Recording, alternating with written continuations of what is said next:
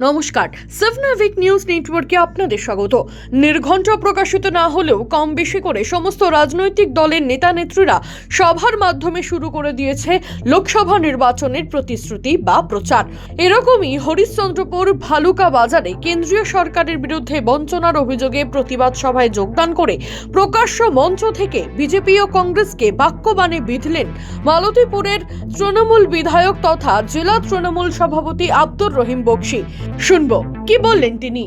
বলা হলো আপনারা 300 সিট দিয়ে দাঁড়ান, আপনি তো 50টা সিটও কতবার জিততে পারেননি। এবার আপনাকে 300 সিট দেওয়া হচ্ছে, আর যেখানে যে দলের যে শক্তি আছে সে শক্তি নিয়ে তারা ভোটে দাঁড়াবে এবং ভারতবর্ষ থেকে এই ধরনের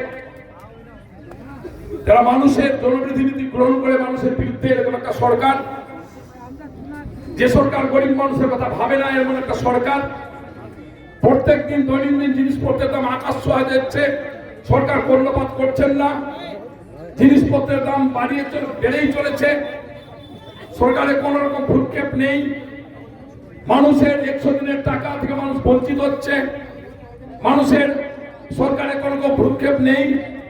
পশ্চিমবঙ্গের প্রায় 20 লক্ষ মানুষ 100 দিনের কাজ করেছেন, 7,000 কোটি টাকা আত্মসাৎ করে বিজেপিরা বসে আছে কেন্দ্রে, তাদের কোনো ভ্রুক্ষেপ নেই। গরিব মানুষ শীতে কোন শীতে বাড়ি নাই, তারা বাড়িতে থাকতে পারছেন না, তাদের বাড়ির 8,000 কোটি টাকা পশ্চিমবঙ্গকে দিচ্ছে না যাতে গরিব মানুষের বাড়ি হয়। কেন্দ্রীয় সরকারের কাছে ভিক্ষা নয়, আমাদের এটা দাম, এটা অধিকার। যুক্তরাষ্ট্র পরিকাঠামোর মধ্যে দিয়ে একটা সরকার, কেন্দ্রীয় সরকার রাজ্য থেকে ট্যাক্স তুলবে আর রাজ্য সরকারের হাতে টাকা ফেরত দিবে, সেই টাকা দিয়ে রাজ্য সরকারের মানুষের কাজ করবে।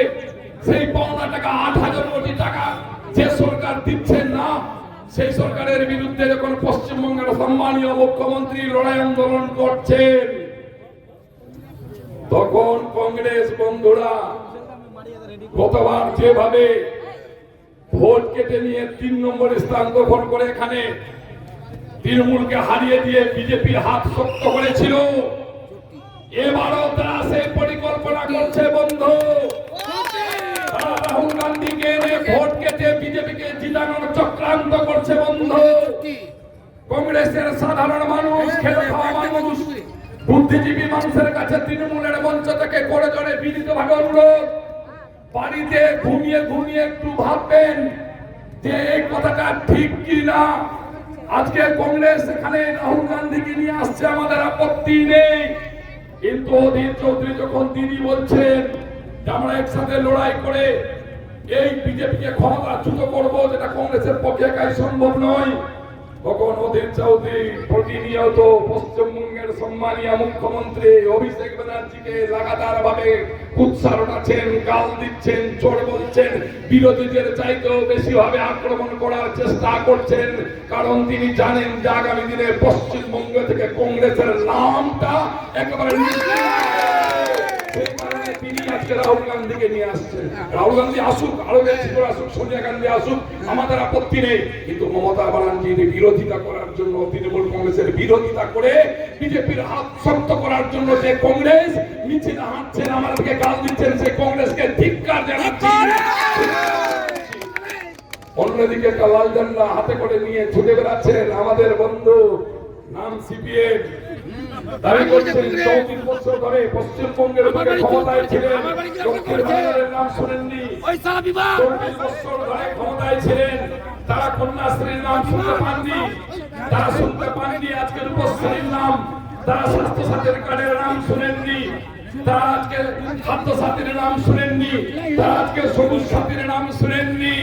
অর্থাৎ 34 বছর ক্ষমতায় থাকার পরও যে পার্টি গরিব মানুষের দুয়ারে পৌঁছে গরিব মানুষের হাতে সুযোগ সুবিধা দিতে পারেনি, তারা আজকের দিনে দাঁড়িয়ে যে মমতা ব্যানার্জি শুধু দুয়ারে সরকার এখন বলছেন বুথে বুথে তোমাদের বাড়িতে বাড়িতে পৌঁছে তোমাদের হাতে সরকারের সুযোগ সুবিধা পৌঁছে দিব, সেই সিপিএম, সিপিএম, সেই বিজেপির হাতকে শক্তিশালী করার জন্য লোকসভা নির্বাচনে বিজেপিকে গাল দিচ্ছে না, গাল দিচ্ছে তৃণমূল কংগ্রেসকে, যাতে কেন্দ্রে বিজেপি, এরা বিজেপির বি টিম। কংগ্রেস এবং সিপিএম বিজেপির বি টিম। সাবধান বন্ধু, যে মমতা ব্যানার্জির রাজত্বে সর্বধর্মের মানুষ সাম্প্রদায়িকতার ঊর্ধ্বে উঠে মাথা উঁচু করে নিজের ধর্ম পালনের মধ্য দিয়ে নিরাপত্তার সাথে বেঁচে আছেন, যেটা গুজরাটে হয় না, যেটা মধ্যপ্রদেশে হয় না, যেটা উত্তরপ্রদেশে হয় না। পশ্চিমবঙ্গের একটা মানুষ নিরাপত্তার অভাব বোধ করেন না।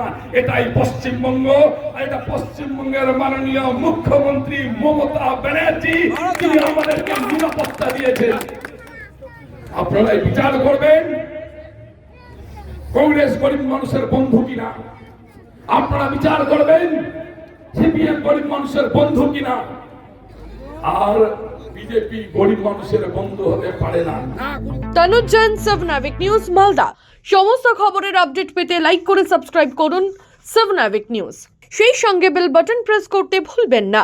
আপনাদের একটা সাবস্ক্রিপশন আমাদের জন্য অত্যন্ত মূল্যবান। জয় হিন্দ।